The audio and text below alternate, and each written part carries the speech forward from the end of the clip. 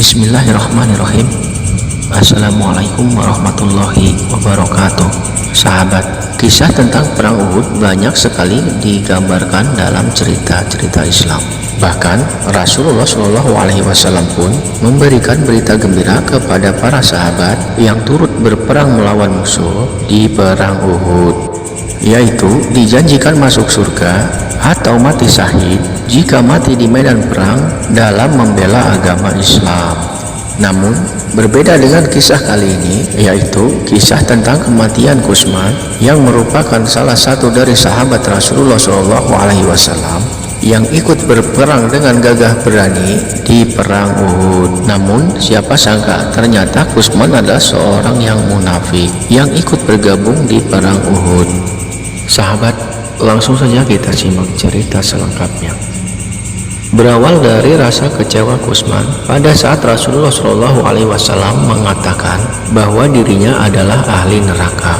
Karena itulah pada saat rombongan kaum muslimin berangkat ke medan perang, Utsman enggan berangkat berperang dan hanya berdiam diri di rumah. Keesokan harinya setelah rombongan kaum muslimin berangkat ke medan perang, beberapa perempuan Bani Zafar datang dan menemui Utsman. Lalu mereka mengecam dan mencelanya. "Hai Utsman, laki-laki lain keluar untuk berperang, sedangkan kau hanya berdiam diri di rumah. Seperti perempuan saja kamu ini Utsman. Apakah engkau tidak malu dengan laki-laki yang lain?" Utsman tidak menjawab celaan wanita-wanita itu. Ia hanya diam saja. Lalu Utsman pergi meninggalkan mereka. Tapi perempuan-perempuan Bani Zafar tersebut mengikuti Utsman sambil mencelanya kembali. "Hai Utsman, sungguh engkau seperti perempuan. Laki-laki lain keluar untuk berperang, sedangkan engkau hanya duduk nyaman di rumahmu saja." Karena kesal dikecam dan dicela terus-menerus, Utsman pun menjadi marah. Harga dirinya seperti diinjak-injak karena dikatakan seperti perempuan. Ia kembali pulang ke rumahnya dan keluar lagi dengan membawa pedang, tombak, dan perisai. Kemudian ia menaiki hewan tunggangannya dan berangkat untuk menyusul Rasulullah SAW beserta pasukan muslimin. Ketika Rasulullah SAW sedang merapikan pasukan kaum muslimin, Utsman pun datang. Ia berjalan dari barisan paling belakang hingga berada di barisan paling depan. Ketika perang baru dimulai, Utsman termasuk di antara pasukan muslim yang pertama melemparkan tombak. Utsman memang terkenal ahlinya dalam melemparkan tombak, sehingga lemparan tombaknya melesat jauh bagaikan anak panah.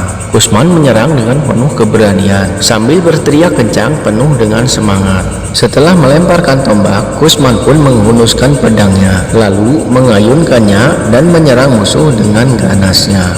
Kaum muslimin yang melihat hal tersebut merasa takjub dan berkata di dalam hati, "Mungkinkah orang yang berperang seperti ini menjadi ahli neraka?" Bagi mereka, keberanian dan kesungguhan Utsman dalam berperang benar-benar membuat takjub, sehingga dirasa tidak mungkin jika Utsman dimasukkan dalam golongan ahli neraka.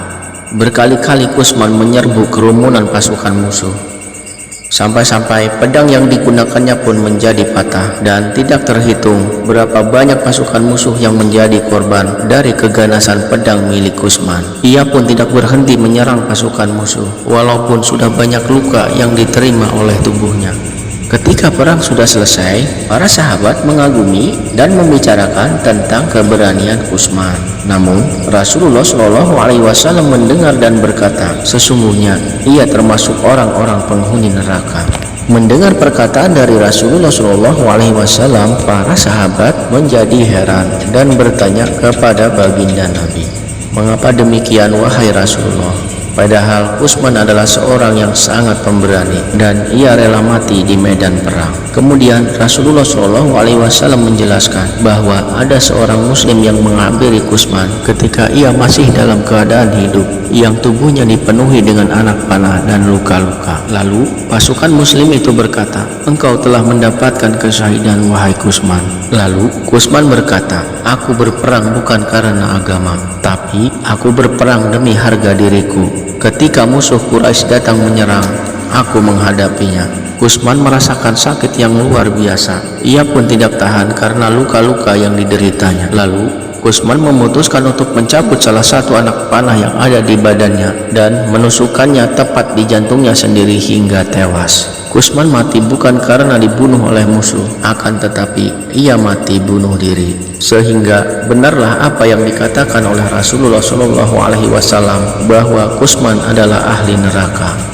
Nah sahabat, ada hikmah dan pelajaran yang bisa kita petik dari kisah ini, bahwa amalan dan perbuatan seseorang sangat tergantung pada kualitas niatnya. Sebagaimana firman Allah Subhanahu wa Ta'ala dalam Al-Quran Surah Al-Kahfi ayat 103 sampai dengan 104. Katakanlah Muhammad, apakah perlu kami beritahukan kepadamu tentang orang-orang yang paling rugi perbuatannya, yaitu orang yang sia-sia perbuatannya dalam kehidupan dunia, sedangkan mereka mengira telah berbuat sebaik-baiknya.